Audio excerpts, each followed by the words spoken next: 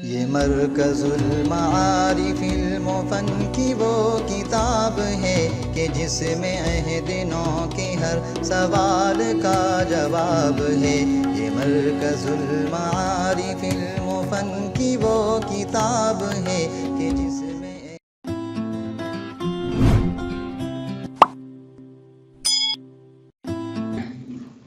السلام علیکم ورحمۃ اللہ وبرکاتہ۔ سب سے پہلے میں حضرت مولانا خالد سیف اللہ رحمانی صاحب دامت برکاتہ ہوں، جو ہم لوگوں کے سب کے رہنما اور ہمارے لیے ایک سرمایہ ہے امت کے لیے، ان کا آپ سب کی طرف سے بہت بہت شکر گزار ہو کہ حضرت نے وقت نکالا۔ مجھے ایک سوال حضرت سے آپ سب حضرات کے سامنے پوچھنا ہے۔ ایک فقیہ ہونے کی حیثیت سے آپ ہمیں رہنمائی فرمائیں کہ آج کے دور میں جس طرح سے سوشل میڈیا کا زمانہ ہے، جس طرح سے ویڈیوگرافی اور آڈیو ویژول کا یعنی جو دکھنے میں بھی آئے اور سننے میں بھی آئے، جیسے ابھی ہم کر رہے ہیں کہ لوگوں کے سب کے چہرے سامنے ہیں اور سن بھی پا رہے اور سنا بھی پائیں گے اگر وہ کوشش کریں گے۔ اور خاص طور پر یوٹیوب میں چھوٹے چھوٹے چینلز لوگوں نے چلائے ہوئے ہیں، اور اس میں میں دیکھ پا رہا ہوں کہ بڑے پیمانے میں الحمدللہ دعوت کا کام چل رہا ہے اور اس سے ہو بھی رہا ہے۔ جس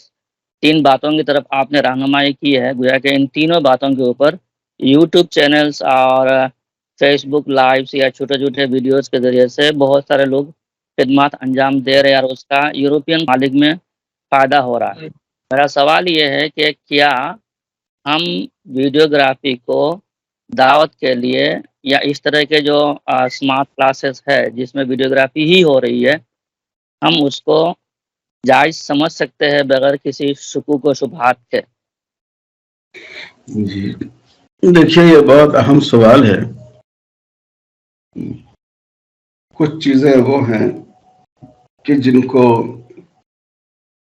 قرآن و حدیث میں واضح طور پر منع فرمایا گیا ہے، وہ حرام ہیں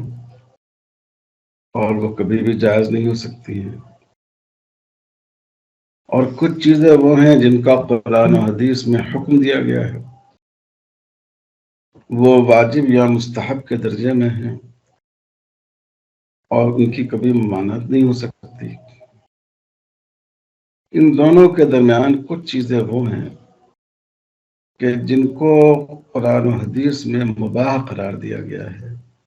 یا ان سے سکوت اختیار کیا گیا ہے، یہ بھی مباحی کے حکم ہے۔ تو میں سمجھتا ہوں کہ یہ جو ویڈیوگرافی کی شکل ہے آج کل، یہ اسی بیچ والے دائرے میں آتی ہے، کیونکہ تصویر جو اس زمانے میں زیادہ تر علماء کے عرب علماء تو پہلے بھی کہتے تھے، اب مولانا تقی عثمانی صاحب کے فتوے کے بعد بر صغیر کے بھی بہت سے علماء نے اس کو قبول کیا ہے کہ جو چیز ثبت نہ ہو کاغذ پر یا دیوار پر یا گلاس پر، وہ تصویر کے دائرے میں نہیں آئے گی، وہ عکس کے دائرے میں ہوگی۔ جس چیز میں ٹھہراؤ نہ ہو، جب تک اس کو چھاپ نہ لیا جائے، تباہ نہ کر لیا جائے، اس وقت تک اس میں ٹھہراؤ نہ ہو، وہ تصویر کے دائرے میں نہیں ہے۔ تو اگر اس لحاظ سے دیکھا جائے تو یہ جو ڈیجیٹل ویڈیوگرافی ہوتی ہے، یہ تصویر کے دائرے میں نہیں آتا ہے، اس سے سکوت اختیار کیا گیا ہے شریعت میں۔ اب اس میں اگر جائز چیز کو پیش کیا جائے تو وہ چیز جائز ہوگی، اور ناجائز چیز پیش کی جائے تو بغیر ویڈیو کے بھی وہ ناجائز ہے۔ اس وقت صورتحال یہ ہے کہ یہ کسی فکر کی اشاعت کا بہت بڑا ذریعہ ہے۔ پہلے ویڈیو کے سلسلے میں میری رائے بہت سخت تھی، اور ہم نے حلال و حرام کے شروع کے ایڈیشن میں اس پہ لکھا بھی تھا، لیکن میں برطانیہ گیا اور میں مختصر طور پر بولتا ہوں، وہاں میں جہاں مہمان تھا، وہاں صاحب خانہ نے اپنے تمام بچوں کو بٹھال کر ٹی وی کھولا اور مجھے بھی وہی چائے پینے کی دعوت دی اور ایک اسلامی پروگرام سمجھ کر ایک پروگرام کو سننا شروع کیا. مجھے شروع سے ہی تھوڑا سا اچنبھا سا محسوس ہو رہا تھا، لیکن بہت جلد یہ بات ظاہر ہو گئی کہ یہ قادیانیوں کا پروگرام ہے. اور بعد میں انہوں نے ملفوظات مصلح معود کے نام سے مرزا صاحب کی عبارتیں وغیرہ پیش کی. کہنے لگے کہ بہت اچھا لگتا ہے، ہم لوگ سب لوگ بیٹھ کر اس کو سنتے ہیں. پھر میں نے ان کو قادیانیت کے بارے میں بتایا اور ان کو تنبیہ کی کہ یہ اسلام کا پروگرام نہیں ہے، یہ بغاوت اسلام کا پروگرام ہے. تو اس کے بعد سے میری رائے میں تبدیلی شروع ہوئی اور اس وقت ہمارے ملک میں ہندوتوا کو پھیلانے کی، مسلمانوں کے خلاف نفرت کی، اسلام پر اعتراضات کی جو ساری بوچھاڑ ہو رہی ہے،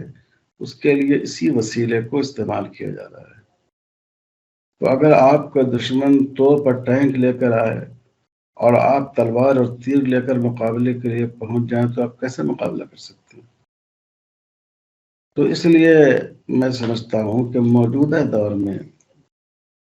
اسلامی مقاصد کے تحت بچوں کی تربیت کے لیے، نوجوانوں کی دینی تعلیم کے لیے، اسلام کے بارے میں غلط فہمیوں کے ازالے کے لیے اس ذریعے کا استعمال کرنا اور اس مقصد کے لیے یوٹیوب بنانا یہ جائز ہے. جزاکم اللہ خیرہ.